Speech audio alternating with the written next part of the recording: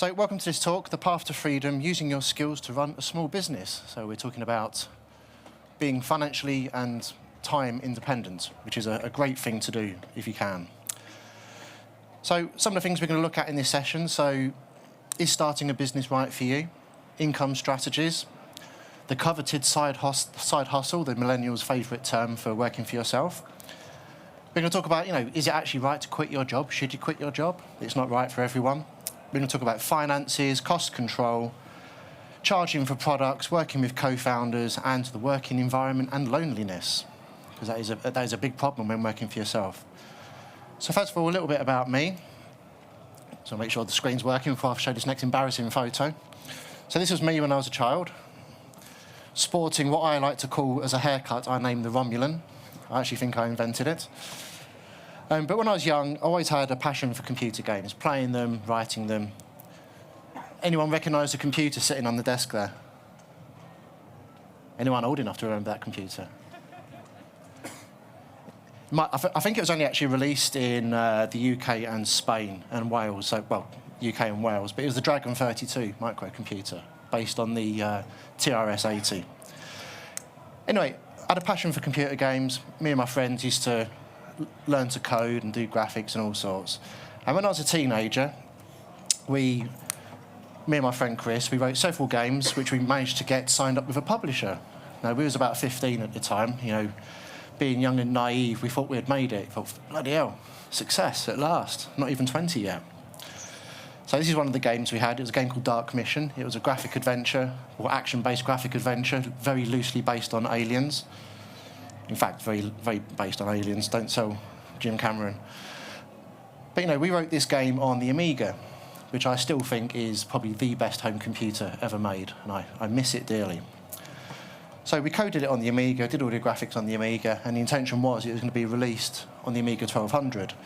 But sadly, around 1995, 1996 timeframe, Commodore, the company that made the Amiga, went bust. They went bankrupt. Now, for me, this was absolutely devastating news because at the time, I could only code on the Amiga. I didn't have a PC. I didn't want one of those business machines. I wanted a games machine like an Amiga. So I had no transferable skills really onto this other platform.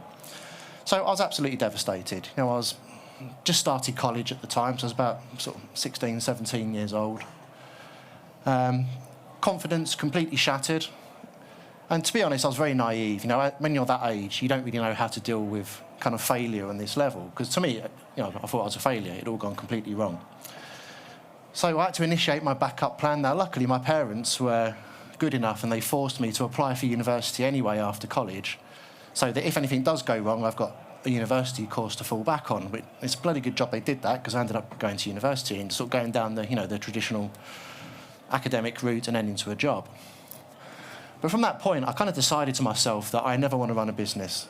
I kind of got so close when I was younger, didn't really know how to deal with it because I was still only a child at the time, and I didn't want to feel that feeling again, that complete feeling of failure. So I kind of had a bit of a phobia about running businesses.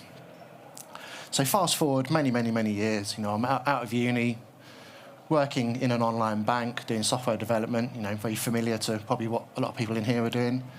But I also had another hobby. I was very much into music production and sound design, sort of electronic music. And one of my particular hobbies was something called circuit bending. I don't know if anyone's heard of this. It's where because it's a bit weird, you take children's toys from the 80s, you rewire the insides so they make really crazy sounds. Of course, you can only do this on toys that don't wire up to the mains, unless you know what you're doing. But, you get things like Furbies, and you get the voice output from one, link it into another, and you get like a Furby orchestra making crazy noises. And I used to record all these sounds for fun and sort of make weird ambient sort of IDM glitchy music with it. And, I was quite active in the sound design and sort of music production scene in the UK, and I showed some of these sound samples to people, and they're like, actually, they're pretty cool. You should maybe think about trying to put some of these out so that people can buy them. I was like, would anyone be interested? I don't know. So I created a collection. It was called Electronic Critters. Now, at the time, this collection was about 2 gigabytes in size, so there's absolutely no way I was going to host this and try and sell it online, because back then the hosting fees would have wiped me out. So I had 100 DVDs printed. DVD-ROMs with all these sound samples on. And basically the idea is a music producer would buy them, they'd use the sounds, they'd remix them, load them into a sampler, make lots of crazy noises with it. So I put a basic web page up, stuck a PayPal button on it, emailed a few forums just to let people know it was there. And I thought, it's there if people want to buy it. It's not really cost me that much to print 100 copies. It was about £2 per copy to make on a short run like that, so it wasn't that expensive. A few days later, I went home from work to check my email, because working in a bank, you wasn't allowed to check personal email. I'm guessing that's still the case now.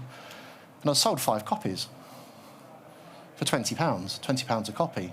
Now, these things cost me £2 a copy to make, and plus I was charging additional shipping on top. I was like, bloody hell, people want to buy them. This is amazing. So over the next 5 years, I kind of started making more sound libraries and ended up with quite a big sort of collection of sound sample libraries. Now, I don't do this anymore. This is kind of a hobby back then, but it was kind of like my first introduction to what is now known as a side hustle, because I was still employed. I was working for a bank as a software developer. But I was also making a little bit of income on the side. Now, what I didn't know at the time is this is called passive income. So you made something, you put it out there, and you keep on selling it. You don't actually have to actively maintain it or do any work on it, but it still makes money. And this kind of opened up a new kind of world to me about how to run businesses. Now, I don't do sound libraries today. It was kind of a hobby back then, but they're all still available to buy online, and I still make money out of them. Not much, £400 or £500 a year, but it's £400 or £500 I didn't have previously per year, which is kind of amazing when you think about it. Now, again, fast forward many more years. I started, rising through the ranks in software development, going into leadership and sort of quite senior positions in large companies. And I got approached by Pluralsight, and they said, do you want to build some courses for us? I was like, OK, I've used Pluralsight. I've been a customer of theirs for a few years. Why not? Let's give it a go. So I did a course, put it out. It's called Developer to Manager. It's about developers transitioning into management roles and about how to successfully do it without shooting yourself in the foot. Put the course out, did pretty well. Not amazing, not leave your job amazing, but it did well. So I made another course, and then another, and then another. Then I started building courses for Skillshare as well, another little platform that's out there. I started dabbling with writing books and etc. And then over time, I started to build up a big enough business that I could actually start looking at going solo and working for myself, which is quite amazing. So this talk is based on a book that I've written. Here it is here. I'm not trying to sell copies here because books are heavy and I didn't want to bring them all the way over to Oslo. But if you want to have a look at it afterwards, feel free. And the book's called The Path to Freedom, Starting a Business for the Reluctant Entrepreneur. So it's aimed at people that are terrified of starting businesses, like I was. And it's kind of designed to kind of help ease you into the process slowly. I mean, you don't have to just jump off the cliff and go straight into self-employment. It's about how do you gradually build up a small business. So, is running a business right for you? Now, most people, I would say, probably have some kind of fear of starting a business. Does anyone here actually run a business themselves?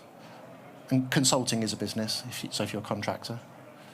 A few. Is anyone terrified of the idea or a bit nervous about it? A few. Because it is quite daunting, it is scary. And there's usual fears that people have. So one of them is the state of the economy. You've always got that nagging doubt in your mind that, is the economy right? We're about to go into recession, or maybe we are in recession, after COVID. Will the economy support me doing this? Will companies buy my services? And, certainly if you're looking at doing contracting and consulting or freelancing, the answer is probably yes, because actually having a contractor at a company for 3 months is less expensive than having a full-time employee. And plus, the company has the added benefit that they can, not renew your contract, which as a contractor you're used to. You just go somewhere else. So uncertainty of the future, worrying about what's going to happen in the future can be a debilitating problem. Feeling like an imposter. So if anyone's heard of imposter syndrome, where you're thinking, well, I've got these skills. I've been, doing software development for 5 years, but I can't go work for myself coding. What if someone finds out I'm an imposter? That's a very common fear, normally very unfounded, because obviously if you're doing your job and you've been doing it for many years, and obviously you are good at what you do. Being worried about debt is another fear that people have, and I can quite understand why. If you have a lot of personal debt in like loans and credit cards or whatever, then the idea of giving up the comfortable blanket of a salary can be quite scary. Another thing that puts people off is a fear of losing existing company benefits. So if you've got a good healthcare plan, a good pension and things like that, I mean, that can be something that could stop you from leaving. As well as family obligations. You know, if you have children, you know, obviously their needs are normally at the forefront of everything you do, and that can put people off. But the common one, and the one that I was most scared of, was a fear of failure, because I'd already failed once when I was younger. Wasn't really old enough to really process it properly and actually work out exactly what had happened. And that it's actually okay, these things do happen. But, you know, I didn't know that, I was a kid. So fear can have two meanings. So the first one, and the one that everyone does, is forget everything and run. It's like, oh shit, it's all gone wrong, I don't want to do this, run away. But another way of looking at it is face everything and rise. And there's various different ways in which you can face up to the idea of running a business. And it doesn't have to mean jumping straight in. You can take a very gradual approach. Now, you might be sitting there and you might have had thoughts of running a business previously, and there's lots of different signs that maybe you're not meant to be an employee. So maybe you love to lead and you want to make all the rules and you want to be in charge of what's being built, and you just hate the way your team is suggesting that things are done and you think it's rubbish because you've got very strong opinions. Chances are you'd probably be quite good working for yourself. You might be getting restless in your job, you know, doing the same stuff day in, day out. You know, I was a professional software developer for 27 years.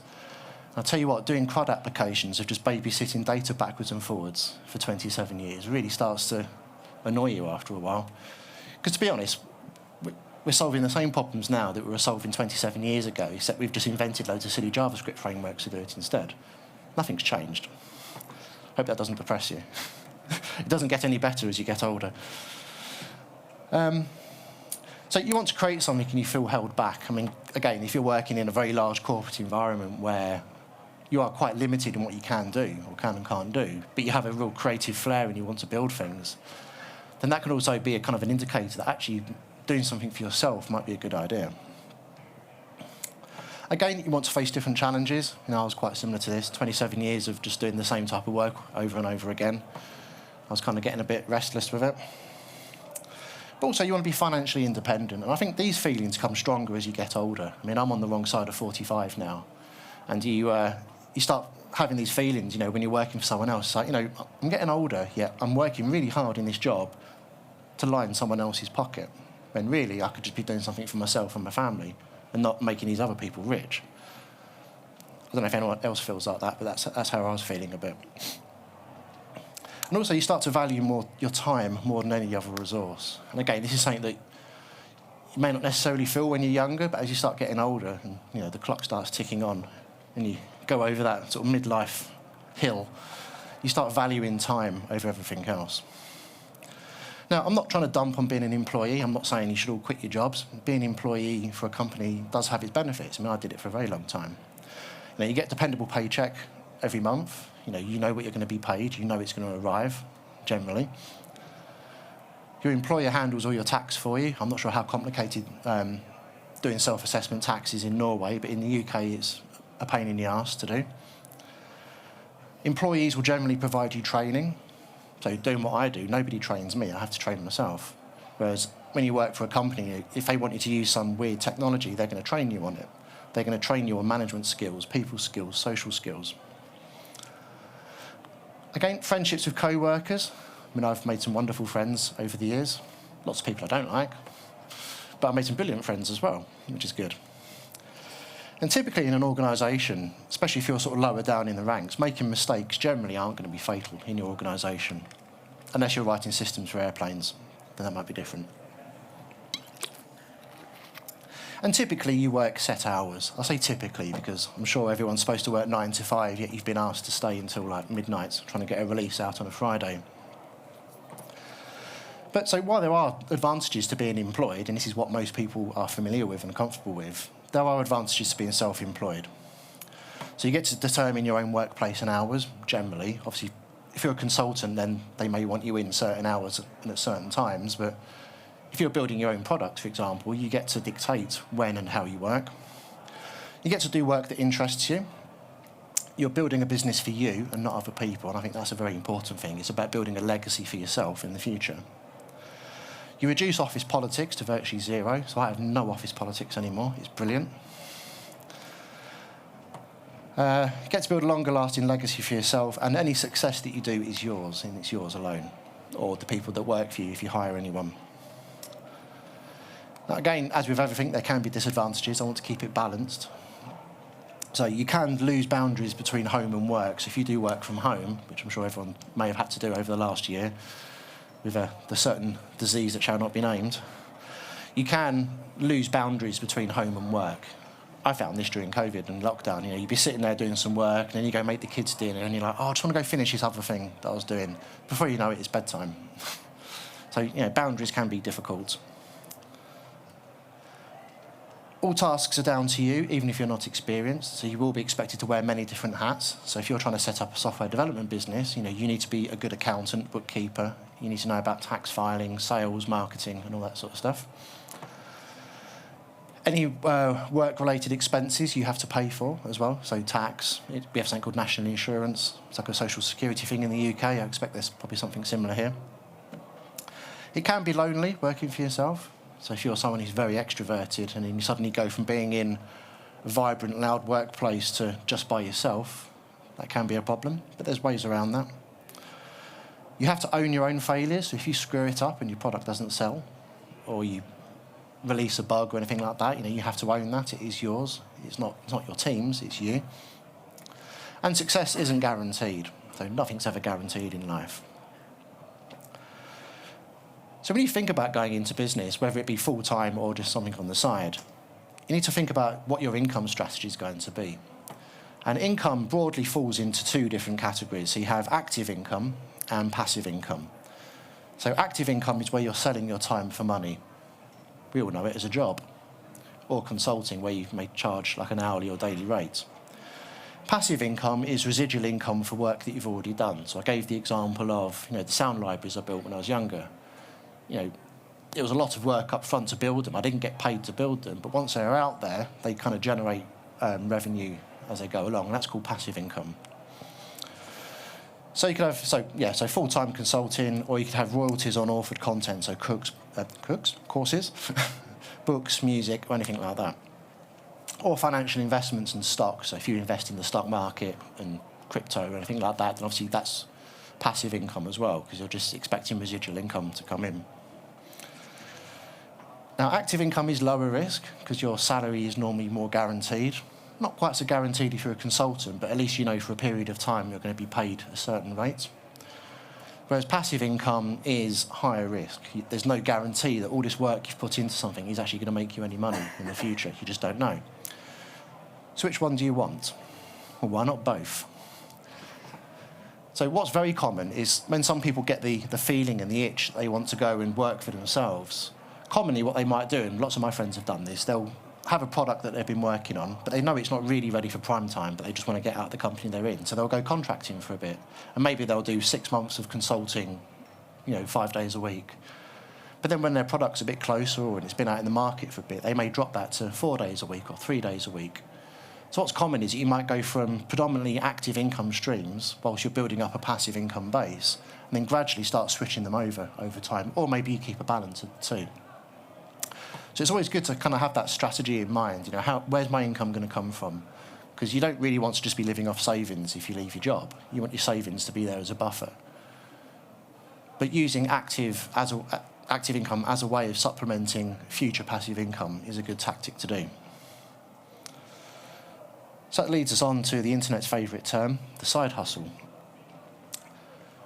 So a side hustle is a means of making money alongside one's main form of employment or income.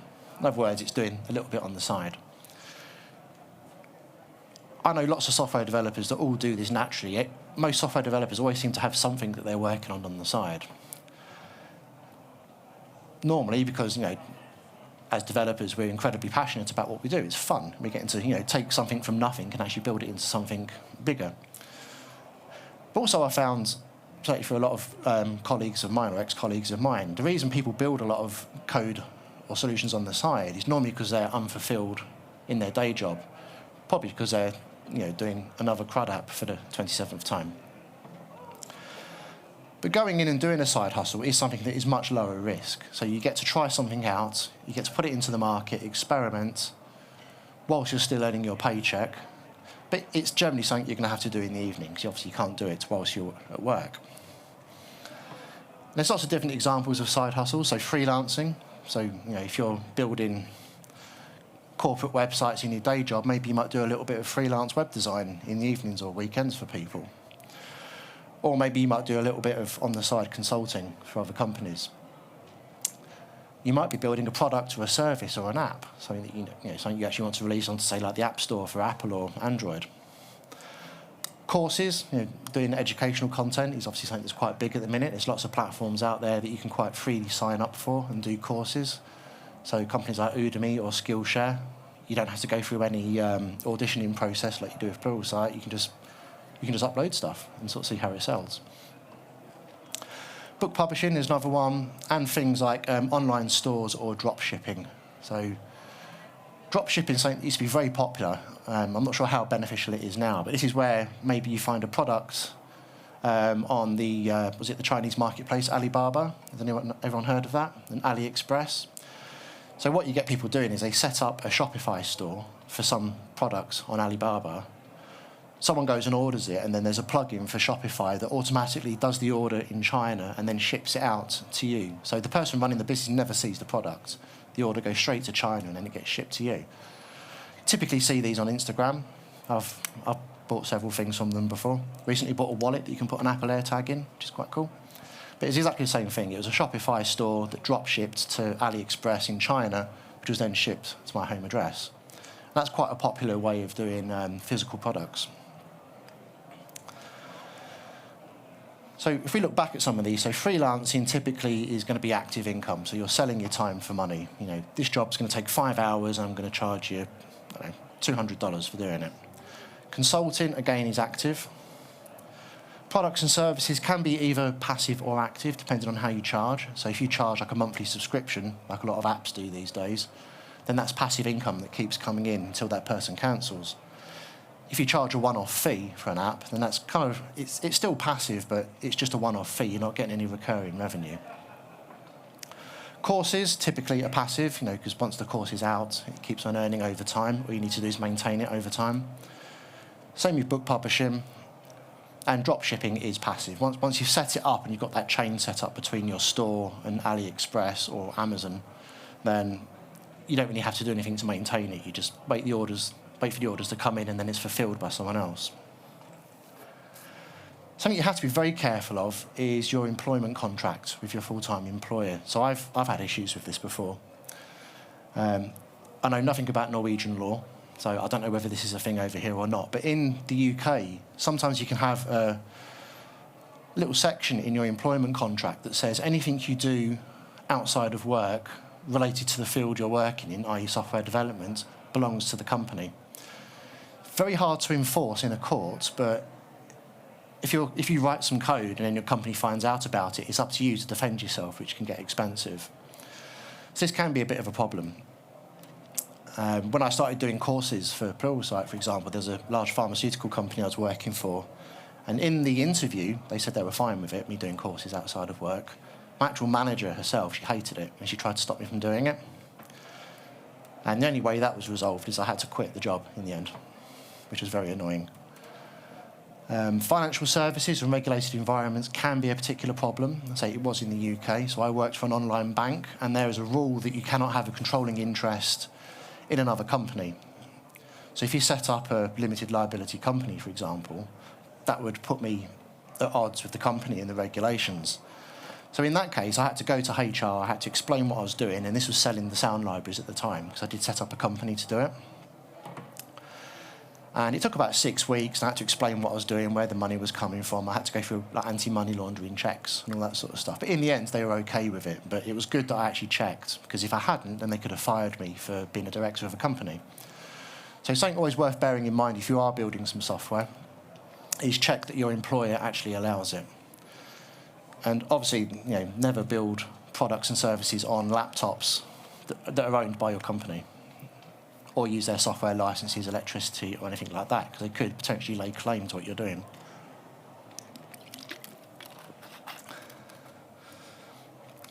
So we've talked about the concept of a side hustle. So I'm not standing here saying you should go and have an idea for a product and then quit your job. That's the last thing I'm saying.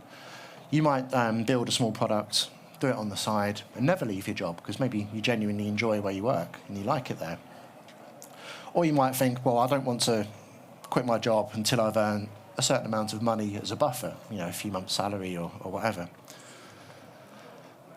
But by running a side hustle or a small business on the side, it's a much greater way of reducing the risk whilst at the same time learning all of the mechanisms of running a business. So if you run a business for a year and you're earning a bit of money, you're going to have to go through, tax reporting, for example, but you get to do it on a much smaller scale than doing it once you've quit. And there are lots of common reasons for quitting your job. So if you do want to go down that route, so maybe you just hate the company. It's quite common. I've worked for a few rubbish companies before. Maybe you hate your boss. One of the most common reasons for quitting a job is your boss. Maybe you want more control. You want to be your own boss. Having control over what you do is addictive once you've got it. Or maybe you're just uninspired and there's a lack of passion in what you're doing. So, like I said, I was feeling like that after 27 years of just writing enterprise software time and time again, solving the same problems over again. You kind of become a bit uninspired. So more flexibility and financial freedom. And I think that's quite a big one, financial freedom. Because it's all about building up something that you own and that you can benefit from as you get older. So some things you want to be aware of if you are running a business and getting to a point where you do actually want to quit. Some things you want to be aware of. So saving up a buffer of cash reserves, basically. Everyone has a different tolerance of what they're prepared to accept. I fully appreciate that. I know some people that have quit their job and have had 2 months' salary saved up. Me and my wife are very, very risk adverse. So when I was discussing it with my wife, the Pluralsight stuff was doing well and I had other income streams coming in. So we discussed it and we said, well, what is a monthly number of salary savings that would be acceptable to both of us before I quit my job? And we put the number as 9 months. Now, I think deep down my wife was like, he'll never do that, so it's not going to be an issue. But I did do it. It took a while, but I did it.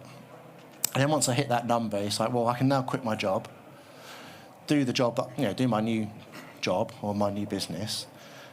And then what I did to make my wife feel better about it is I basically paid myself the same salary that I was getting in my previous job. So from her point of view, there was no difference. I was being paid the same amount. So that kind of helped manage her expectations as well. Cutting down expenses and managing debts is obviously quite important. Now, it's not realistic that anyone's going to necessarily get rid of all their debts. It may be realistic, or it may not be. You may have a mortgage on a house, for example. But cutting down any debts so that they are manageable. So the last thing you want to be doing is stressing about debt payments whilst you're starting up a new business. If you do get company benefits, you need to think about which ones you want to carry on. So the company I was at had a very good healthcare plan, which I was about to walk away from. But my wife's company had an even better healthcare plan. And for a little bit extra each month, she could add the whole family onto her healthcare plan. So we did that. So whilst I was giving up my one, I'm now a member of the healthcare plan for her organisation, which is good. But also things like pensions as well. So if you're having pension contributions from your employer, obviously they're going to stop once you leave. So you need to think about, do you need to continue those straight away, or is that something that you're going to wait a small amount of time before contributing to? So building up an existing client base, if you're doing freelancing, is obviously something that's very good to do. So if you freelance for a year and you hope you get some regular repeat work, going into business with that list of customers is going to be beneficial to you than if you just go in cold and start from scratch. But if you're doing a product-related business, like an app or a website or a service of some kind, actually having a version in the marketplace first before you quit sounds common sense, but having something that's out there and that is known and actually generating a little bit of revenue that you can then build on is a good idea. So what you also need to do to prepare is also define what your work and life boundaries are. Because if you go to, let's say, from working in an office to working for yourself at home, let's say boundaries can be quite difficult because, where does work stop and life begin?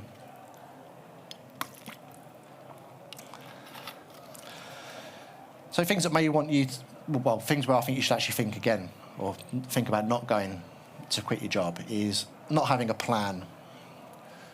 So if you've got a product in the market, but you haven't really got a plan of how you're going to grow it and what you're going to do over the next 3, 6, 9, 12 months, if you haven't got that plan in place of what you're going to do and you're just going to try and wing it when you quit, then that's not a good indicator. And I'd maybe wait until you have that plan in place. Crippling debt, I mean, that goes without saying. If you're in a position where you do have crippling debt, then maybe this isn't the venture for you at the moment.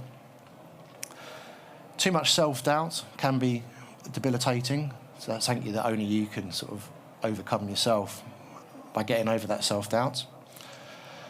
Lack of self-discipline, again, is if you know that you're someone who's just going to sit there procrastinating and watching Netflix when you should be working, then obviously working for yourself and having that responsibility might not be the best thing to do. Unresolved personal stress, that's a big one. So moving house, that's stressful. Maybe quitting your job when you're moving house isn't the best idea. Going through a divorce or a relationship breakup, anything like that, is probably a bit too stressful to add more stress to. And also, if you just don't like change, I mean, this is a big change. It's an upheaval. It's frightening and exciting. But if you are someone who is scared of change, then maybe doing this more gradually is a better tactic. Okay, so finances and cost control. So as a business owner, you have to wear many hats. So you're not just the software developer, you're not just the architect, you are the accountant, you're the salesperson, you're the marketing team, you're the cleaner, you're the tea person who makes the tea. You've got to do all these other different jobs which you didn't necessarily have to do before. And the most frightening one, and the one that scares off a lot of people, myself included, I was worried about this at the time, was kind of how do you deal with tax? How much tax are you supposed to be paying? Who do you pay it to? How do you calculate it? What things can you deduct from your revenue to offset against your tax? I had no idea at the beginning how any of that worked. So you've got things like, recording expenses. By coming here to this conference, it's a business trip. I taught a workshop, If I buy a meal out, that's an expense that can be deducted from profits before the tax calculation happens. Recording sales and revenue, you need to record that somewhere. You need to have good, accurate documentation of where that money's coming from and what country and what currency, which involves storing receipts and invoices. Well, where do you store them? How do you file them? How do you come back to them in a year's time and actually understand what it was you did a year ago? And sort of generating annual reports. So for me, the biggest advice I can give is hire an accountant to do your tax calculations. At the time when you start working for yourself, you may be thinking, well, that's a bit of an expense. Accountants are expensive. But I always proclaim that a good accountant is basically free because they will save you much more than what you pay them. And that's been true every year that I've used my accountant. He's saved me more money than what I actually pay him in his yearly fee.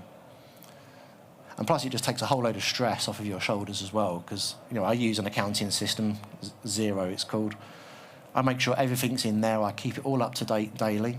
And then at the end of the year, he goes in and does his accountancy thing. And then, I get forms to sign at the end of the year. So it makes it much easier. It is very easy to get into trouble with tax. And I don't mean by being deliberately trying to evade tax. So I have one friend, not going to identify him, we'll just call him a person. And he ran a business. He was doing quite well for himself. He was the sort of person that liked to splash the cash and spend his money, and he tried to make people think that he was Mr. It. Bought a Tesla and all that sort of stuff. When it come to the end of his financial year, and his accountant gave him his tax calculations, and it said you have to pay us £25,000 in corporation tax, we call it in the UK. He didn't have the money. He'd spent it. So two big problems with that. A, you never go up against the tax people, or Her Majesty's Revenues and Customs, we call it in the UK. You never pick a fight with them because they will win all the time. And also, running a business where you can't pay your tax bill because you spent the money is actually illegal. You're supposed to always run with the tax money available. So that's a cautionary tale to you there, because he ended up going bankrupt and he had to sell his house to cover the tax bill. So the way I do it, and I'm not saying anyone should do this, this is just the way I handle it. So I have a series of bank accounts that I use. So Bank One at the top there is a big, old, traditional, crusty, corporate bank. They've got no app, the website's rubbish, but they're big and they're stable. So I used them for many years, and any invoices that I have paid comes into that bank account. And then I have 2 other accounts. So Bank 2 is one of these like modern, challenger banks with a fancy app and the Apple Wallet and all the features. So I use that as a daily transactional account. So I move money from Bank 1 into Bank 2, and if I need to spend daily for the business, then that's what I use. So stationery, postage, all the little like miscellaneous things for running a business. Bank 1, that's all the income that comes into the business, but also fixed outgoing. So I rent an office. I hate working from home, so I rent an office. So that's a cost. My salary, insurance, phone line, internet connections. If I have to pay any contractors or freelancers for any work that I'm doing, because I use graphic designers and editors quite a lot because I'm not very good at those particular skills, that all comes out of there as well. Then Bank 3 is what I use for retained earnings. Now, retained earnings is basically money that's already had tax paid on it. So if for 1 year you say make £100,000 and you pay your tax to the government on that £100,000, let's say you pay 20,000, that 80 that's left is what's called retained earnings. You've already declared your tax on it. So anything that's retained, I move that into a separate bank account because I know that I've already done my declarations on it. This is just money that belongs to the business. I can either pay myself from it, in which case you have to pay income tax, or what I use it for is for investments into like different projects. So if there's a different project I want to do, then I use that money to basically invest in that project because I know that the money's already been tax declared. And then another trick that's very good to do is a lot of modern banks these days let you set up what's called a savings bucket or a savings pot. These are really good, so I set one up and I call it tax provision. So every invoice that comes into my business, I immediately pay 15% into this bucket. So the money's still in that account, it's just that it's not included on the balance and it's kind of held to the side. Now, in the UK, corporation tax, so the tax you pay as a business on profits, is 19%. So by saving 15%, I basically save up the amount that I'm going to have to pay the tax man, because you never pay the full amount because you have expenses that are deducted off of your profits. So by doing that, I had to do this last week. November is a very expensive month for me. So tax month, filled out all the paperwork with the accountant, and I just paid the tax office directly from that bucket because the money was set aside. So I didn't have to worry about it. There was no stress. Didn't have to worry about the fact that, I've got to find the money for the tax man. It was just there because I save it as I go over the year. And that is a hugely important thing to do. It's a simple thing to do, save some of your money away, but it's fundamentally very important. And then, I use a package called Xero. There's other online accounting packages out there. They're all just as good as each other. So I can have direct bank feeds from my banks into Xero. Everything appears as transactions appear in the bank. You tag it all. My accountant has access to it, so he can do all the complex stuff. And then every year I just sign a few forms and it all gets submitted to the tax office and everyone's happy. Now, that's a bit more of a complex setup. I'm not saying you have to go out and get 3 bank accounts and all of that, but it's just, that's how I've kind of built it up over the years, and it's how it makes it easier to control for me. Okay, so what to charge for products and services?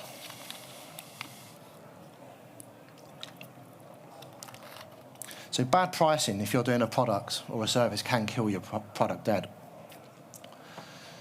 So what you need to do is do your research. You need to assess your competitors. Now, I'm not saying you have to go and undercut your competitors, because that's always a bad thing to do, but look at your competitors, what features they offer, and then look at what you're offering. If it's a comparable set of features to what they're doing, then you're probably going to want to price yourself in a similar range. If you've got some niche products that they don't have, then maybe you want to charge a bit more. It depends. If you're doing consulting, you should really consider geography as well. So I'm guessing it's the same here in Norway, but depending on where you're working in the country, then the rates you can charge as a contractor are probably different. Yeah, so I expect you can probably charge a lot more as a consultant in Oslo than you can maybe further north in the country. And it's the same in the UK. So if you work in London, you get the best rates. But it's also murderously expensive to live there. So low product, service and pricing isn't always the best. We've already covered that. And it's okay to go higher than other people. If you feel you've got a real good premium product and the quality's there to back it up, then people will pay more if you're solving a particular problem of theirs. But deliberately charging under everyone else is what's known as a race to the bottom, and that's really bad. because it doesn't help you because you're not making enough money, and it doesn't help the industry that you're working in either. So I think a lot of unscrupulous people just deliberately try to undercut everyone, and it forces prices down in a market, and it just makes it really hard to compete. So if you are doing products and services, there's different types of revenue. So you've got ARR, which is annual recurring revenue, and then monthly recurring revenue. So what this basically means, if you've got a product, and let's say it costs £500, and you charge £500 a year, if you charge that up front for the year, you don't have any other revenue coming from that customer during that year. So that's what's called annual recurring revenue. If, like all of the apps on, say, the App Store, for example, you just charge a little bit each month, that's called monthly recurring revenue, because the customer's signed up, they've done the in-app purchase or however you're doing it. That money is going to keep on coming in until they tick the button to not do it anymore. Which on mobile phone apps, a lot of people forget to do, and they just have their subscriptions rolling on and on and on and on. I'm not saying that's a business strategy, but people, I've done it loads of times where I've been paying for something and I forget that I'm paying for it, and about a year later I'm like, what the hell's this? Stop. Okay, so working with a co-founder, this can be an interesting one. So do you need a co-founder? So a co-founder is someone that you go into business with. Maybe you both invest the same amount of money into the business, you become 50-50 partners maybe. That kind of depends. But the question, do you need a co-founder, comes down to several facts. So do you need specialist expertise? If you're the technical person, and I'm guessing the majority of the people in this room are technical, you're at a software development conference, your passion is probably building stuff. It's, it's using GitHub, it's doing stuff in C# or whatever, peanut.js or whatever the latest thing is that's come out of someone's bedroom. But, that's your job, you're the specialist. Sales, marketing, business and finance probably terrifies you, maybe. So maybe you bring in a co-founder that's good at those sorts of things. The co-founder that's good at talking to people, he's good at making sales. That sounds like a good business relationship. Yeah. Do you need to be careful? If you're the technical expert and then you bring in another technical expert, you need to make sure that you are both really aligned on what you're doing, because if you start having diverging thoughts about how you're going to build the product, you can only guess where that's going to go. Has anyone seen Silicon Valley, the comedy? Yeah? You use that as an example. All these people just turns into chaos. So you want a problem solver that's good at problem solving. Sorry, you want a co-founder that's good at problem solving. Problem solving on the business side as well. So it's like a complementary set of problem solving skills to what you can offer. The co-founder has to take accountability as well. So if they're coming on as your co-founder, if things go wrong, it's their fault as well as yours. So you shouldn't have co-founders blaming each other. You work as a team.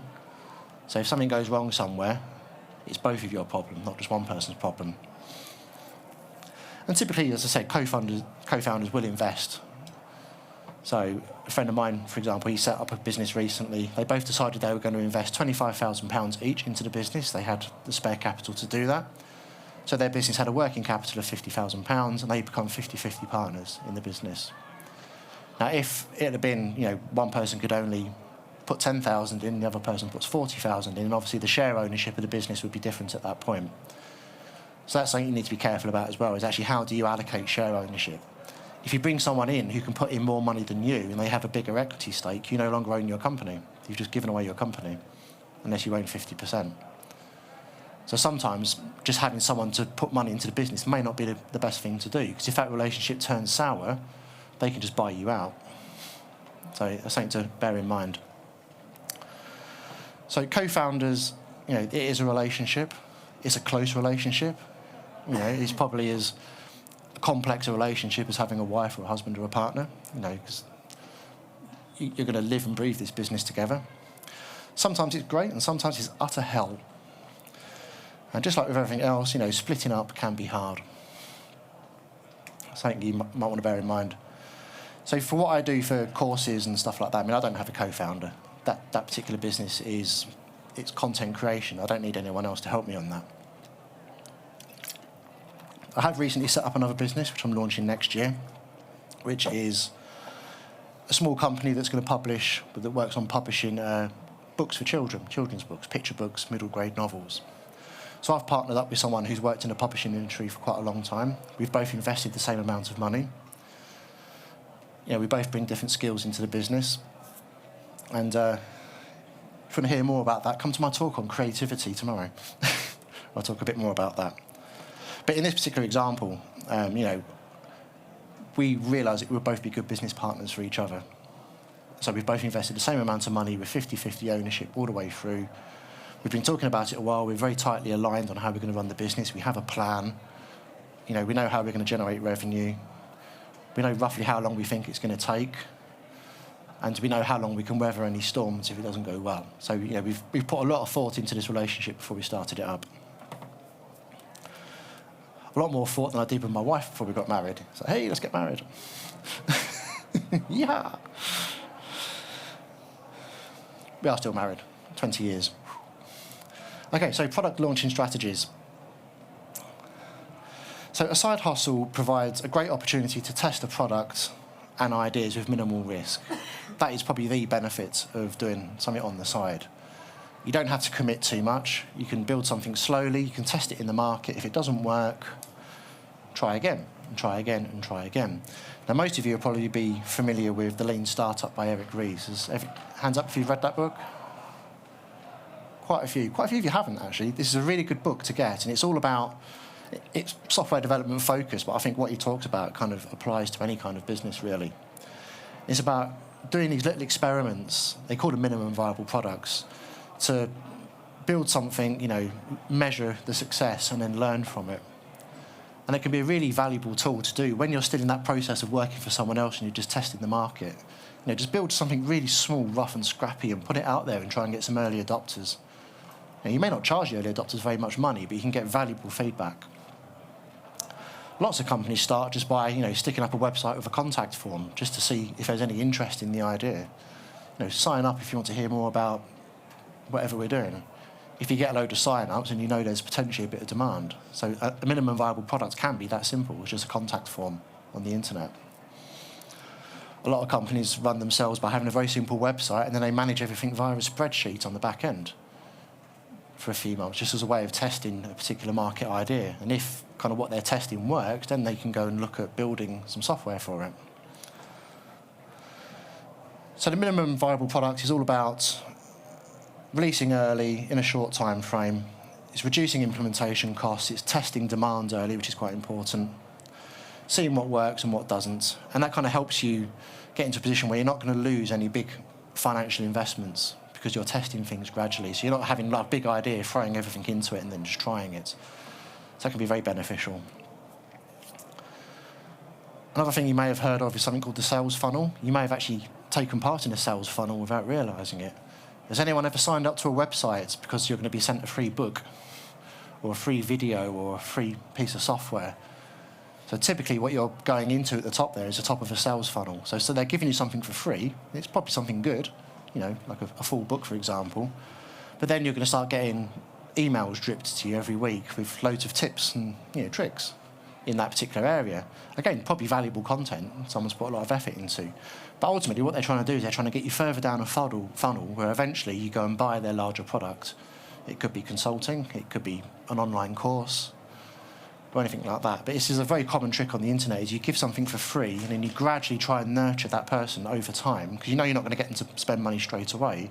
But if you can nurture them over time and sort of keep on using positive reinforcement to encourage them back onto your website, then maybe you may get that sale.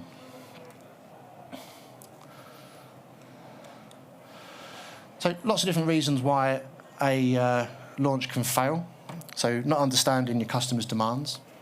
So building the wrong thing, basically, because you've not tested the idea. The wrong pricing, because you've not done your homework, and maybe you've priced it so low that people just perceive you as cheap, or you've priced it so high that it's just out of anyone's kind of realm of what they're willing to pay. Again, solving a problem that doesn't exist, again, comes down to testing. Targeting the wrong audience. You may have a brilliant product, you've just targeted it at the wrong sector.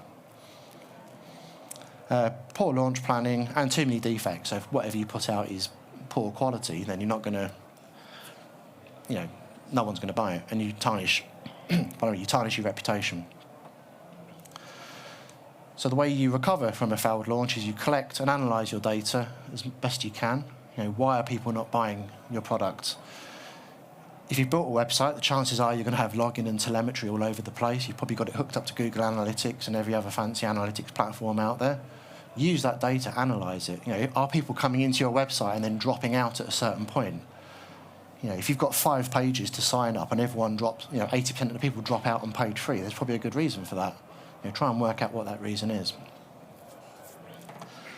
And as best you can, try and talk and engage with your target audience. So running like webinars and seminars online as a way of getting people in to actually talk to them. It's starting that sales funnel. Sign up and we'll give you this, 2-hour online webinar where we teach you some stuff and try and sell it to you at the end. Lots of cool things to bear in mind. So the last section I want to look at is your work environment and loneliness. Also relevant to home-based COVID working, because we've all kind of been forced into this position over the last year and a half or so. But working from home can be tough, it can be brilliant. So who here currently works from home? Quite a few of you. Keep your hand up if you like it. Right, hands up if you hate it. Yeah, a few of you. So more like it than hate it. I don't like it personally. I hate working from home. I found lockdown very difficult. 2 children at home, just arguing, shouting. Never again. But there are benefits to it. So you're not going to commute. You're saving time and money on the commute. It's comfortable. If you've got a nice office, nice setup, it's really nice. Wear your slippers, pyjamas all day. Get to make food at home, so it's healthier. Well, unless you defrost a kebab, but generally making food at home is healthier. You can take regular exercise breaks if you want. There is flexibility in your personal life, although that can be a bit tenuous after a while, because once you pick the kids up from school, you just want to finish that one thing, and then you're there hours later, and your wife's shouting at you, and the kids are crying, and the dog's upset. Anyway, this isn't therapy. It can also be really good for reducing stress, just being in your own environment with your own things around you. I think, it can be stress reducing. And it gives you more family time. Now, that may be a benefit or it may be a curse. Moving on. And it helps you reduce catching COVID, which is brilliant. Which is why we've all been doing it over the last year. So there are some problems with working from home. So isolation can be a big one. So I never really suffered from isolation that much to start with. I'm quite an introverted person. I'm quite happy to spend time by myself. I once got caught at school bunking PE. Hated PE. Football, rugby. Absolutely hated it. I got caught. This is a little aside. And the teacher, they put me in this room called the work unit. It's basically you go into isolation and you're made to do work as a punishment. So they called my parents in and they said, we've caught him, not attending PE, just hiding in the toilets or whatever. So, but don't worry, we've punished him, we've put him in the work unit. And my mum went, he will love that. If you want to punish him, put a football kit on him and get him on the field. Thanks, Mum. But isolation can be a problem. So if you're someone who craves social contact, and even introverts crave some social contact with people. I'm not saying introverts are like hermits. Like I'm an introvert, but I love coming to events like this. It's great to actually be in front of people again. So that can be an issue. Communicating with the outside world, again, can be difficult. I mean, having a Teams or a Zoom call is not the same, is it, as having a meeting with actual people. All your creature comforts at home can become distractions. So when I worked from home, where I initially started working for myself, after about 9 months, I found myself sitting in the lounge with my laptop, stick Big Bang Theory on Netflix, just had that on in the background. And before I knew it, I was working, but before I knew it, I'd watched 11 seasons of Big Bang Theory. And at that point, I was like, something's got to change. This isn't good. So working from home can affect productivity. It can make you feel undervalued as well. And this is quite a big one. I've been hearing quite a lot about this recently. So if you've got a company where a lot of people have gone back to the office, but you and other people are still working from home, because you're not visible in the office, it can make you start feeling like you're being undervalued or being passed up for promotion opportunities, which is quite a big one at the moment. And again, work-life balance, whilst it is a benefit, it can also become a negative as well. So the way I solved this, at first, is I did co-working. different co-working spaces. So I've taught a workshop at the beginning of this week, and it was over in Rebel, over in the city. That's a co-working space, bloody brilliant set of facilities they've got there. So just getting out into a co-working space every now and again can be really beneficial to you actually just being with other people. And when I co-worked, you'd be in a room with, say, 6 other people, because you're all working on your own things. There's no office politics. No one's trying to compete with each other. Yet you make loads of new friends who are kind of like-minded, people trying to start up small businesses. I highly recommend it. So for me, I loved it because it gives you a familiar daily routine. I like getting up and going out to work, even though I work for myself. I still like the act of going out to work and then coming home. It gives you a sense of community whilst working with other like-minded people. Helps you be productive because you're sitting in a room with other people, you kind of feel like you should be working and not just slacking off watching YouTube. And there's fewer distractions. It does cost money, though. Co-working's not free or cheap, especially in Oslo. I imagine getting a desk at Rebel is probably very expensive. You will generally have to commute if it's not in your local town.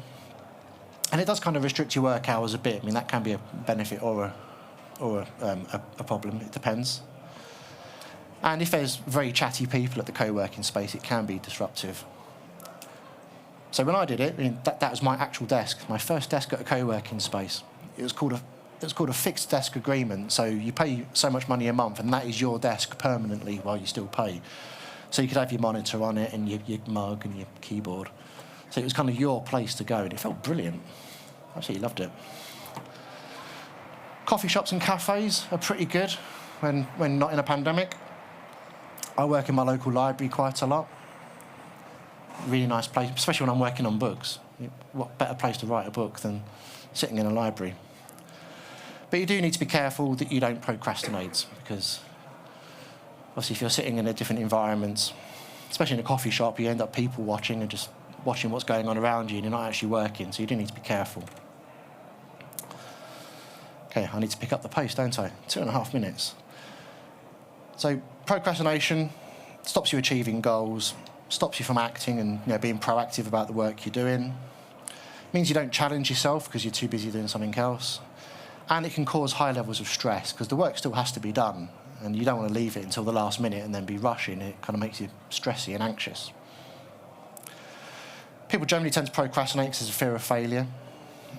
Procrastinators tend to be perfectionists because they worry about the fact that they're not necessarily producing something that's perfect, they put it off, and then end up producing something that's not perfect because they've had to rush. So it kind of becomes this vicious cycle. It can give you low energy levels because typically if you're procrastinating and then rushing at the end, you're not sleeping because you're worrying, and it can lead to a lack of focus.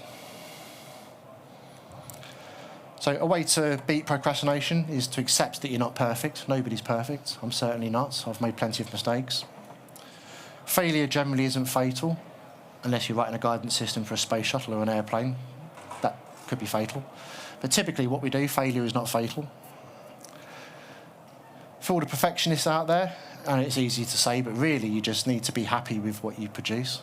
Not everything needs to be perfect. It just needs to be good enough.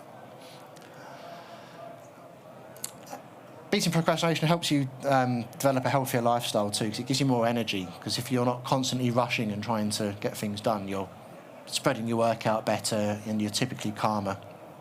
And it helps you get more sleep. So we've covered quite a lot there.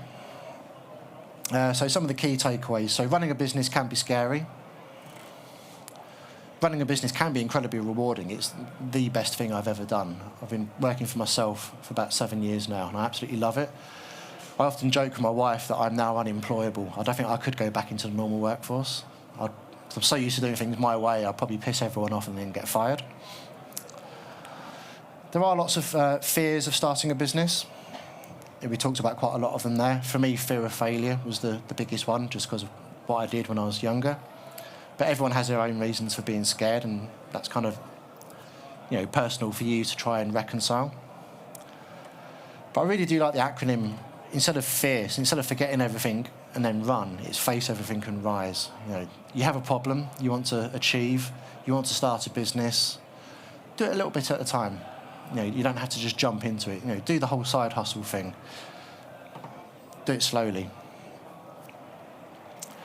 So we talked quite a bit about active and passive income. I think this is really, really key, having that income strategy set up at the start. So you might start off doing active income tasks like consulting, and then gradually shift over to doing more time on your own product. That's quite common. I've seen lots of people do that. Or you might, split your time so that you're doing three days consulting, 2 days on your other business. But it's a way of making sure that you have revenue coming into your business whilst you're working on the other products, which is quite good. So I have come to the end. My screen is flashing red at me. So I've written a book about this. We've covered just a very small subset of stuff about running a business. You can't do the whole subject justice in an hour. But I've got a copy here if anyone wants to have a look at it. I couldn't bring loads with me because it is heavy. It's like 400 and something pages long. But with that, thank you very much. Thank you for coming along today.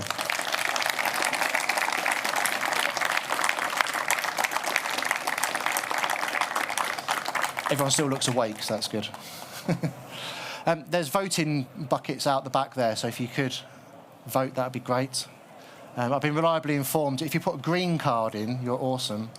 Anything else means you're not nice. Thank you very much.